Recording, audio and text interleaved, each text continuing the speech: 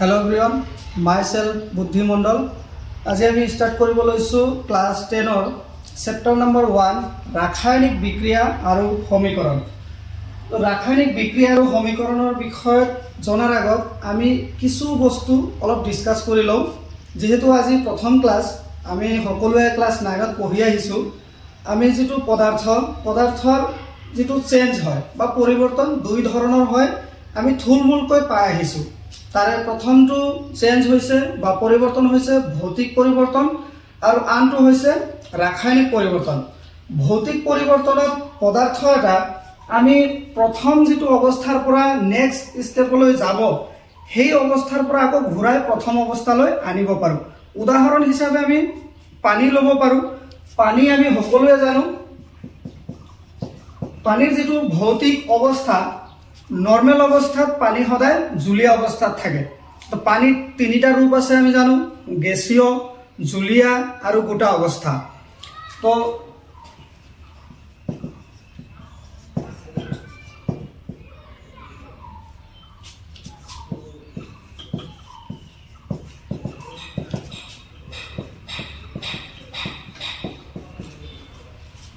পানির এই তিনিটা অবস্থার বিষয়ে আমি সকলোৱে জ্ঞাত। যেতিয়া আমি পানীৰ টেম্পাৰেচাৰ বা উষ্ণতা 100 ডিগ্ৰী সেলসিয়াসতকৈ বেছি কৰিম তেতিয়া পানী সদায় জুলীয়া অৱস্থাৰ পৰা গেছীয় অৱস্থালৈ পৰিৱৰ্তন হ'ব।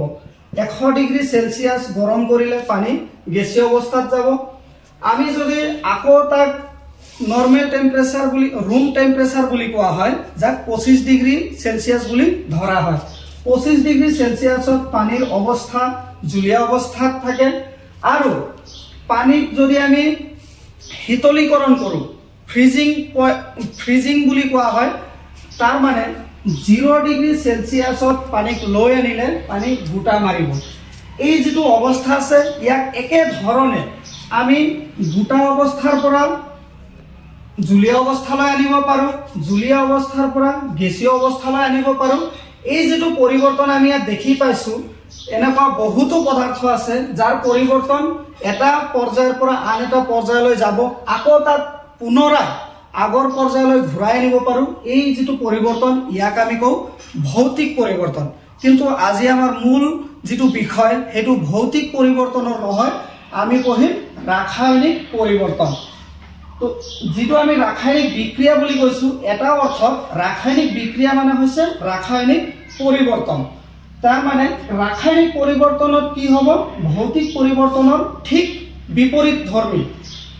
রাসায়নিক পরিবর্তনত মূল যেটো পদার্থ তার পরিবর্তনের পিছত ইয়াক আর মূল অবস্থালৈ ঘূৰাই আনিব নোৱাৰো। আমি উদাহৰণ হিসাবে লব পাৰো লুৰ টুকুৰা এটা যদি আমি পেলাই থৈ দিও বাহিৰৰ পৰিৱেশত, আমাৰ চৌপাশে বিভিন্ন ধৰণৰ কিছুমান কাৰক আছে, যেনেকৈ জলীয় বাষ্প আছে, আমাৰ বায়ুমণ্ডলত জলীয় বাষ্প আছে, আমি সকলোৱে গম পাওঁ। এসিড কিছুমান হ'ব পাৰে, কিছুমান ভৌতিক কাৰণ হ'ব পাৰে। এইবোৰ কাৰকৰ জৰিয়তে লুৰ ওপৰত এটা চামনি পৰিব। সেই চামনিটোক আমি সাধাৰণ ভাষাত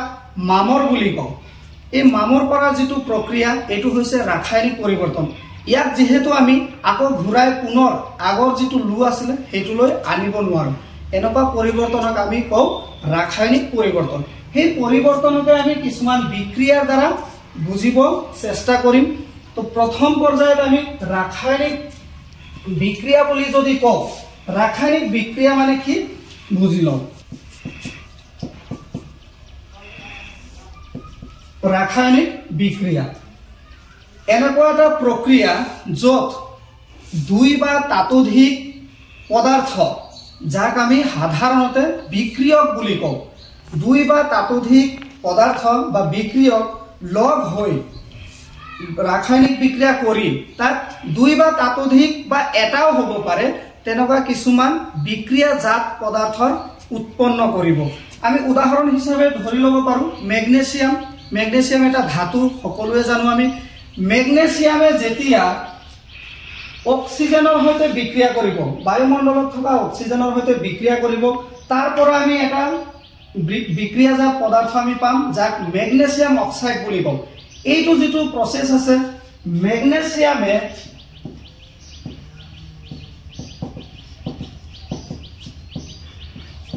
মেগনেছিয়ামে উৎপন্ন কৰে এইটো আমি সাধাৰণ ভাষাত কৈছো মেগনেছিয়ামে অক্সিজেনৰ সৈতে বিক্ৰিয়া কৰি মেগনেছিয়াম অক্সাইড উৎপন্ন কৰে বাক্যৰ শাৰী ক'বলৈ আৰু লিখিবলৈ আমাক যেহেতু যথেষ্টখিনি সময় লাগিলে তো এই সময়খিনি আমি কিদৰে বচাব পাৰো তাৰ কাৰণে আমি সমীকৰণ লিখিব লাগিব তো ৰাসায়নিক বিক্ৰিয়া পঢ়াৰ আগতে আমি ৰাসায়নিক সমীকৰণ পঢ়ি ল'ব লাগিব ৰাসায়নিক সমীকৰণ এটা কি হয় কি ধৰণে লিখিব পাৰি আৰু সমীকৰণৰ কিছুমান মূল তথ্য আছে সেইখিনিৰ বিষয়ে আমি প্ৰথমত জ্ঞাত হ'ব লাগিব তো প্ৰথম পৰ্যায়ত আমি ৰাসায়নিক সমীকৰণৰ বিষয়ে পঢ়িম পিছৰ পৰ্যায়ত ৰাসায়নিক সমীকৰণ পঢ়ি শেষ হ'লে আমি ৰাসায়নিক বিক্ৰিয়ালৈ আগবাঢ়িম তো এতিয়া আমি ৰাসায়নিক সমীকৰণলৈ আগবাঢ়িম ৰাসায়নিক সমীকৰণ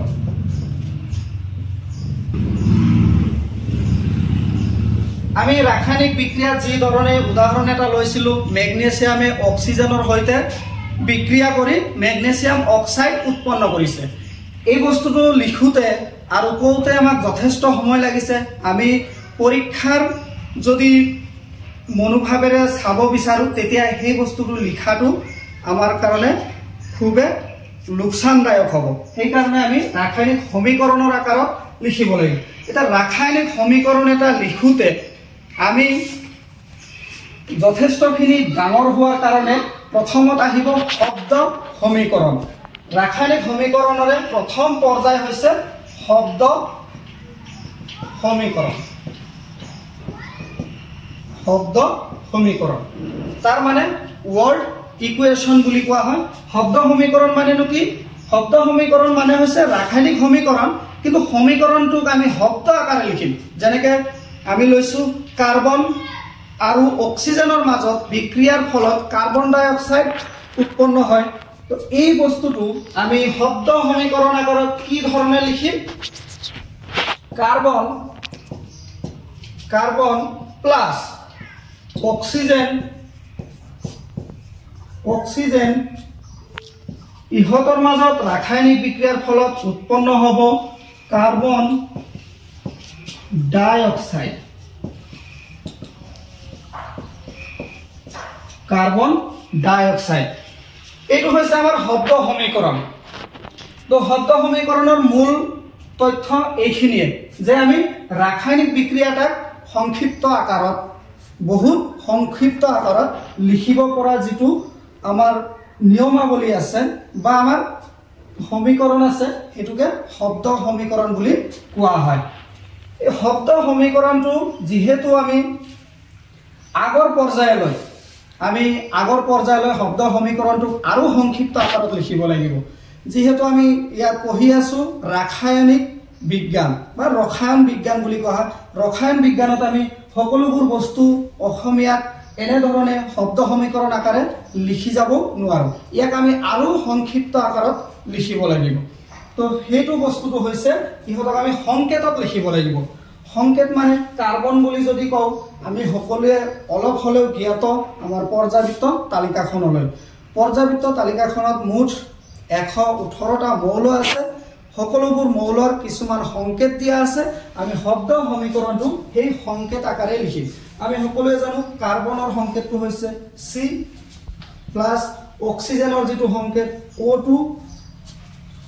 ইহঁতৰ মাজত বিক্ৰিয়াৰ ফলত কাৰ্বন ডাই অক্সাইড উৎপন্ন হ'ব CO2 এটো হৈছে শব্দ সমীকৰণৰ সংক্ষিপ্ত ৰূপ আমি আগৰ পৰ্যায়ত সকলোবোৰ ৰাসায়নিক বিক্ৰিয়া বা সমীকৰণ এইটো আকাৰত লিখিম এতিয়া ইয়াৰ পিছত আহিব যে সন্তুলিত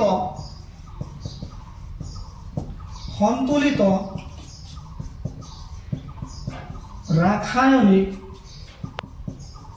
সমীকৰণ সন্তুলিত ৰাসায়নিক সমীকৰণ আমি যেটো শব্দ সমীকৰণ লিখিছিলো ৰাসায়নিক বিক্ৰিয়াৰ কাৰণে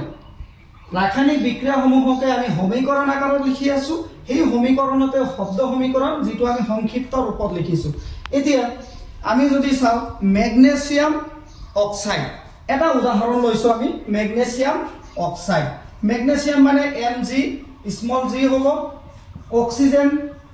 O2 ইহঁতৰ মাজত ৰাসায়নিক বিক্ৰিয়া ঘটি আমি আগতে চাইছো যে মেগনেছিয়াম অক্সাইড উৎপন্ন হয় আৰু মেগনেছিয়াম অক্সাইডৰ সংকেত হৈছে MgO ইয়াত মেগনেছিয়াম অক্সাইড এতিয়া ইয়াত যদি আমি লক্ষ্য কৰিলে কি দেখা পাইছো আমি দেখা পাইছো মেগনেছিয়াম এটা আছে কিন্তু অক্সিজেন ইয়াত অণু হিচাপে আছে অক্সিজেন অণু বুলি কোৱা হয় তাৰ মানে দুটা অক্সিজেন পৰমাণু লগ হৈ এটা অক্সিজেন অণু গঠন হৈছে এইটো এটা যৌগ যাক আমি মেগনেছিয়াম অক্সাইড বুলি কৈছো আমি যদি কাৰ সিগন্যালৰ বাওফালে চাও মেগনেছিয়াম এটা আছে অক্সিজেন দুটা আছে যদি আমি কাৰ সিগন্যালৰ সোঁফালে চাও মেগনেছিয়াম এটা আছে অক্সিজেন এটা আছে কিন্তু ইয়া আমি যদি ক্লাস 9 লৈ মন কৰো আমি পাইছিলো ভৰৰ নিত্যতা সূত্ৰ মনত আছে তোমালোকৰ সকলোৰে মনত আছে ভৰৰ নিত্যতা সূত্ৰ আছিলে যে ৰাসায়নিক বিক্ৰিয়া এটা বিক্ৰিয়াৰ আগত আৰু বিক্ৰিয়াৰ পিছত ভৰ কেতিয়াও সৃষ্টি হ'ব নোৱাৰে বা বিনাশ হ'ব নোৱাৰে আমি সংক্ষিপ্ত আকাৰত ক'লে ভৰৰ নিত্যতা সূত্ৰ মতে ভৰৰ কেতিয়াও সৃষ্টি বা বিনাশ হ'ব নোৱাৰে কিন্তু ইয়াত দেখা মতে আমি পাইছো অক্সিজেন দুটা আছে তাৰমানে অক্সিজেন পৰমাণু দুটা আছে কিন্তু অক্সিজেন পৰমাণু ইফালে এটা আছে এই যেটো ভৰ হেতুটো কম বেছি হৈ আছে আৰু ভৰৰ নিত্যতা সূত্ৰ মতে আমি জানো ৰাসায়নিক বিক্ৰিয়াৰ আগত আৰু ৰাসায়নিক বিক্ৰিয়াৰ পিছত ভৰৰ কেতিয়াও সৃষ্টি হ'ব নোৱাৰে বা বিনাশ হ'ব নোৱাৰে তাৰ মানে ইহত সমান হৈ থাকিব লাগিব সমান কৰিবলৈ হলে আমি এতিয়া ইহতক কি ধৰণে সমান কৰিম আমি সেই সমান কৰিবলৈ হলে সন্তুলিত ৰাসায়নিক সমীকৰণ লিখিব লাগিব এনেকুৱা কিছুমান সংখ্যা আমি ইয়াত যোগ কৰিব লাগিব যাৰ দ্বাৰা ৰাসায়নিক বিক্ৰিয়াৰ আগত আৰু ৰাসায়নিক বিক্ৰিয়াৰ পিছত যাতে মৌলসমূহৰ যেটো আণবিক ভৰ সেই আণবিক ভৰ যাতে একে থাকে তাৰ কাৰণে আমি সন্তুলিত ৰাসায়নিক সমীকৰণ লিখিব লাগিব আমি ধৰি লৈছো এই সমীকৰণটোকে সন্তুলন কৰিম সন্তুলন কৰিবলৈ হলে কিছুমান নিয়মাৱলী আছে নিয়মাৱলীসমূহ আমি চাব লাগিব কিছুমান পৰ্যায়ত নিয়মাৱলী আছে যেনে ধৰণে আমি যদি চাও ইয়াত আটাইতকৈ যেটো বেছি সংখ্যক থকা মৌল আটাইতকৈ বেছি সংখ্যক কোন আছে অক্সিজেন আমি সেই অক্সিজেনৰ প্ৰথমতে আমি কি কৰিম মৌলসমূহৰ চাৰিওফালে একোটা বাকচ বনাম আমি সন্তুলিত ৰাসায়নিক সমীকৰণ পঢ়িলে আমি সন্তুলন কি ধৰণে কৰিব পাৰো হেতু বিষয়ে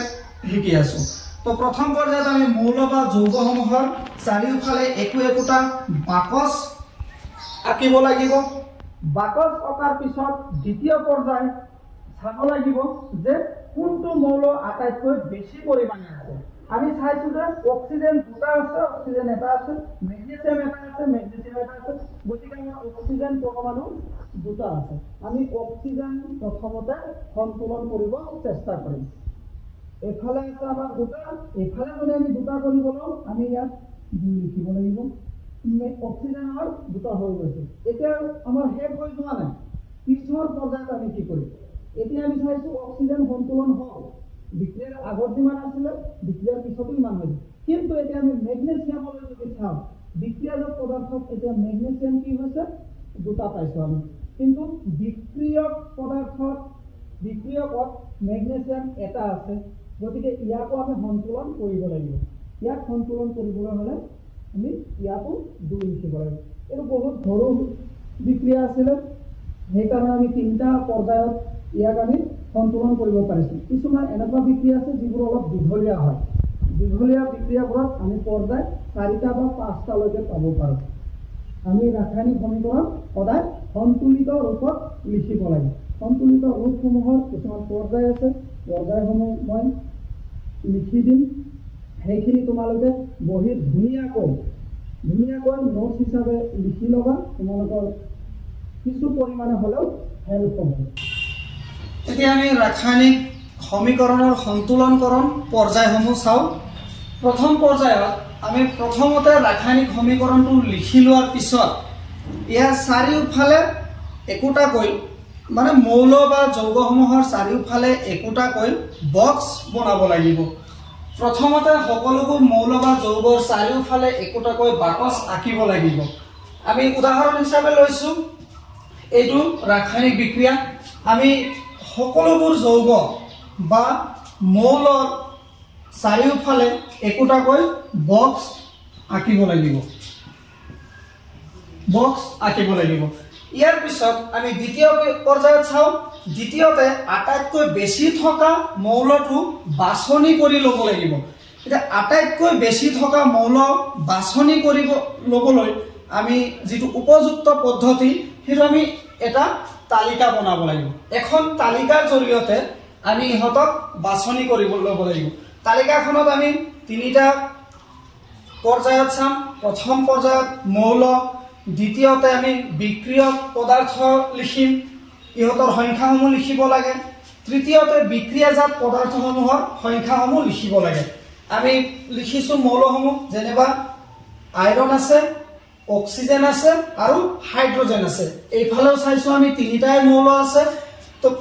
বিক্ৰিয়ক তাৰ মানে আমি কাৰ চিহ্নৰ বাওঁফালে থকা মৌলসমূহ চাব লাগিব। বিক্ৰিয়কত আইৰণ কিমানটা আছে আমি হিচাপ কৰি চাইছোঁ, আইৰণ মাথো এটা আছে। ঠিক তেনেদৰে অক্সিজেন কেইটা আছে, অক্সিজেন চাইছোঁ আমি এটা আছে। হাইড্ৰজেন চাইছোঁ, পানী গঠন কৰিছে যিহেতু অক্সিজেনৰ সৈতে, সেইকাৰণে দুটা হাইড্ৰজেন আছে, 2 লিখিছোঁ আমি। এতিয়া আমি বিক্ৰিয়াজাত পদাৰ্থত চাম। বিক্ৰিয়াজাত পদাৰ্থ এইখিনি, ইয়াত কিমানটা আইৰণ আছে বা লু আছে চাইছোঁ আমি, 2টা আছে। অক্সিজেন আমি চাইছোঁ 3টা আছে আৰু হাইড্ৰজেন আমি চাইছোঁ 2টা আছে। তৃতীয় পৰ্যায়ত এতিয়া আমি তৃতীয় পৰ্যায়ত কি কৰিম যে ইয়াত থকা আটাইতকৈ যিটো বেছি থকা মৌল সেইটো আমি বাছনি কৰি লৈ ইয়াৰ পৰাই সন্তুলন কাৰ্যটো ষ্টাৰ্ট কৰিম। তৃতীয় পৰ্যায়টো তোমালোকে নিজে সেইটো লিখিব লাগিব যে আটাইতকৈ বেছি থকা যিটো মৌল আছে সেই মৌলৰ পৰা আমি সন্তুলন কাৰ্য ষ্টাৰ্ট কৰিম। তো মই এইখিনি মোহাৰি এইটোৱে তৃতীয় পৰ্যায় হিচাপে দেখুৱাম। তৃতীয় পৰ্যায়ত আমি এই ৰাসায়নিক বিক্ৰিয়াটো আটাইতকৈ যিটো বেছি থকা মৌল তাৰ পৰা সন্তুলন কাৰ্যটো আৰম্ভ কৰিম। অক্সিজেন আমাৰ ইয়াত আটাইতকৈ বেছি আছে বিক্ৰিয়াজাত পদাৰ্থত, 3টা অক্সিজেন আছে। গতিকে বিক্ৰিয়ক পদাৰ্থত অক্সিজেন মাত্ৰ এটা আছে। গতিকে আমি অক্সিজেনৰ পৰা সন্তুলন কাৰ্যটো ষ্টাৰ্ট কৰিম। আমি যিহেতু এটা 3 বনাব পাৰোঁ, গতিকে আমি যদি ইয়াত 3 দিওঁ তেতিয়াহ'লে অক্সিজেন 3টা হৈ গ'ল। অক্সিজেন 3টা আছে, এইখিনিতে শেষ হোৱা নাই, আমাৰ সন্তুলন এতিয়াও শেষ হোৱা নাই। চতুৰ্থ পৰ্যায়ত আমি কি কৰিম, এতিয়া বাকী যিবোৰ মৌল আছিলে সেই মৌলখিনি চাওঁ যে সন্তুলন হৈছে নে হোৱা নাই। আমি দেখা পাইছোঁ যে সন্তুলন হোৱা নাই, যিহেতু আমাৰ ইয়াত আইৰণ 2টা আছে কিন্তু বিক্ৰিয়ক পদাৰ্থত আইৰণ এটা আছে। বাকী হাইড্ৰজেন ইফালে 6টা হৈ গ'ল, বিক্ৰিয়াজাত পদাৰ্থত হাইড্ৰজেন 2টা হৈ আছে। গতিকে আটাইতকৈ বেছি কোনটো আছে, হাইড্ৰজেন। এতিয়া আমি হাইড্ৰজেনক সন্তুলন কৰিম। হাইড্ৰজেন যিহেতু 6টা আছে, তো বক্সৰ বাহিৰত আমি 3 লগাই দিলে এইফালেও 6টা হাইড্ৰজেন হ'ব। এতিয়ালৈকে আমাৰ সন্তুলন হোৱা নাই। লাষ্ট পৰ্যায় আমি আইৰণ চাইছোঁ, বিক্ৰিয়াজাত পদাৰ্থত 2টা আছে কিন্তু বিক্ৰিয়ক পদাৰ্থত আইৰণ মাত্ৰ এটা আছে। গতিকে আমি ইয়াত 2 লগাই সন্তুলন কৰিম। তো এইখিনি আছিলে 4টা পৰ্যায়, যিখিনি পৰ্যায়ৰ দ্বাৰা আমি ৰাসায়নিক বিক্ৰিয়া এটা, যিকোনো ৰাসায়নিক বিক্ৰিয়া সৰু হ'ব পাৰে ডাঙৰ হ'ব পাৰে, যিকোনো ৰাসায়নিক বিক্ৰিয়া সন্তুলন কৰিব পাৰোঁ। তো প্ৰথম পৰ্যায়ত আমি ৰাসায়নিক বিক্ৰিয়াত যিখিনি মৌল আছে বা যৌগ আছে প্ৰতিটো মৌল বা যৌগৰ চাৰিওফালে একোটাকৈ বক্স আঁকিম। দ্বিতীয় পৰ্যায়ত সেই মৌলখিনি আমি বাছনি কৰি এখন তালিকা বনাম। তালিকাখনত মৌলখিনি লিখিম, বিক্ৰিয়ক পদাৰ্থ লিখিম আৰু বিক্ৰিয়াজাত পদাৰ্থ লিখিম। তাৰপিছত বিক্ৰিয়কত মৌল কিমানটা আছে, বিক্ৰিয়াজাতত সেই মৌল কিমানটা আছে লিখিম।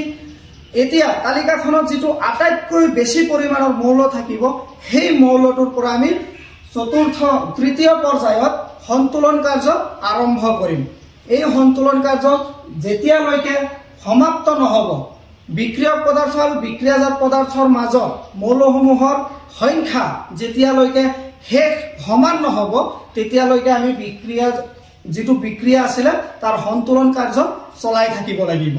হয়তো হেতু 5টা স্টেপও হ'ব পাৰে 4টা স্টেপও হ'ব পাৰে 3টা স্টেপও হ'ব পাৰে কিন্তু মূল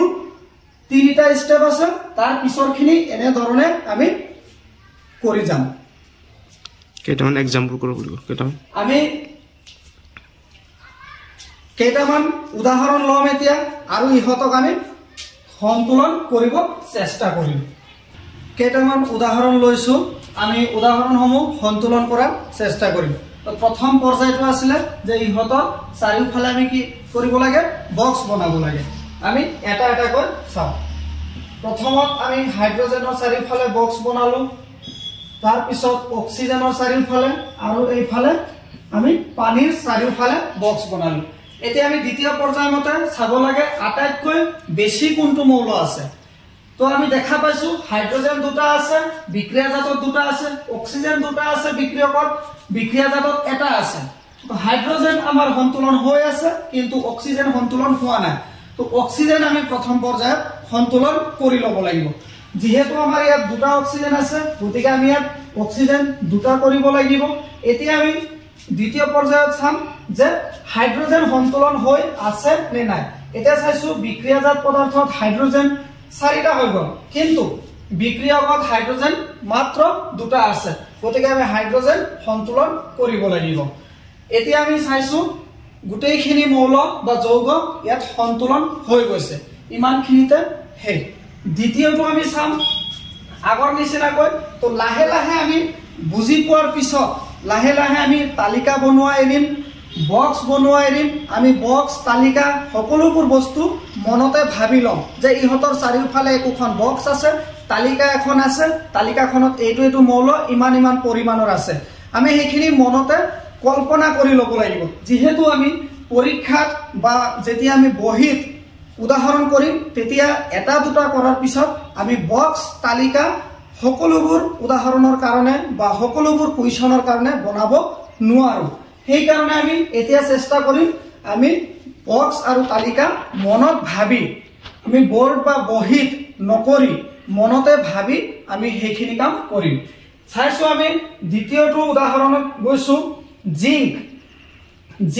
বিক্ৰিয়কত আছে এটা জিংক বিক্ৰিয়াজাত পদাৰ্থত আছে এটা আৰ এটো সিলভাৰ বিক্ৰিয়কত আছে এটা সিলভাৰ বিক্ৰিয়াজাত পদাৰ্থত আছে এটা নাইট্ৰেট আমি এইখিনিক লৈ গুটেইখিনি এটা যৌগ হয় আমি ইয়াত নাইট্ৰোজেন অক্সিজেন বেলেগকে লব নোৱাৰো যেহেতু এটো এটা যৌগ নাইট্ৰেট চাইছো বিক্ৰিয়কত এটা আছে কিন্তু বিক্ৰিয়াজাত পদাৰ্থত নাইট্ৰেট আছে দুটা গতিকে বিক্ৰিয়াটো সন্তুলন হৈ থকা নাই নাইট্ৰেটৰ পৰিমাণ বিক্ৰিয়াজাতত বেছি আছে আমি নাইট্ৰেটক প্ৰথমতে সন্তুলন কৰিব চেষ্টা কৰিম দুটা আছে যেহেতু দুটা বনাব লাগে আমি ভাবি লৈছো বক্সটো ইয়াত আছে গতিকে আমি 2 ইয়াত দিব লাগিব এতিয়া চাইছো সিলভার বিক্রিয়কত দুটা হৈ গৈছে কিন্তু বিক্রিয়াজাত পদাৰ্থত সিলভাৰ এটা আছে এতিয়া আমি নেক্সট পৰ্যায়ত সিলভাৰ দুটা বনাব লাগিব 2 আমি ইয়াত দিম এতিয়া আমি জিংকৰ পৰিমাণ সমান আছে গতিকে ৰাসায়নিক বিক্ৰিয়াটো সন্তুলন হৈ গৈছে এতিয়া তোমালোকৰ কাৰণে হোমৱৰ্ক দুটা এৰিছো সোডিয়াম প্লাস ক্যালসিয়াম হাইড্ৰক্সাইড ইয়াৰ বিক্ৰিয়াৰ পিছত সোডিয়াম হাইড্ৰক্সাইড হৈছে আৰু ক্যালসিয়াম তাৰ পিছত NaHNO3 তাৰ মানে এটো নাইট্ৰিক এসিড বুলি কোৱা হয় আৰু ক্যালসিয়াম হাইড্ৰক্সাইড ইহতৰ মাজত বিক্ৰিয়াৰ পিছত ক্যালসিয়াম নাইট্ৰেট আৰু পানীৰ উৎপন্ন হৈছে এই দুটা বিক্ৰিয়া তোমালোকে নিজে ট্ৰাই কৰিবা এইখিনি তোমালোকৰ কাৰণে এৰিলো বাকি আমাৰ যেটো ৰাসায়নিক সমীকৰণ আমি কেনেকৈ লিখিব লাগে চালু সন্তুলন কেনেকৈ কৰিব লাগে চালু ইয়াৰ পিছত সমীকৰণৰ বিষয়ে আমি আৰু বেলেগ চাব একো নাই আমি ইয়াৰ নেক্সট পৰ্যায়ত চাম ৰাসায়নিক বিক্ৰিয়া কি হয় আৰু কিমান প্ৰকাৰৰ হ'ব পাৰে এটা কৈ আমি গুটেইখিনি ৰাসায়নিক বিক্ৰিয়া পঢ়িম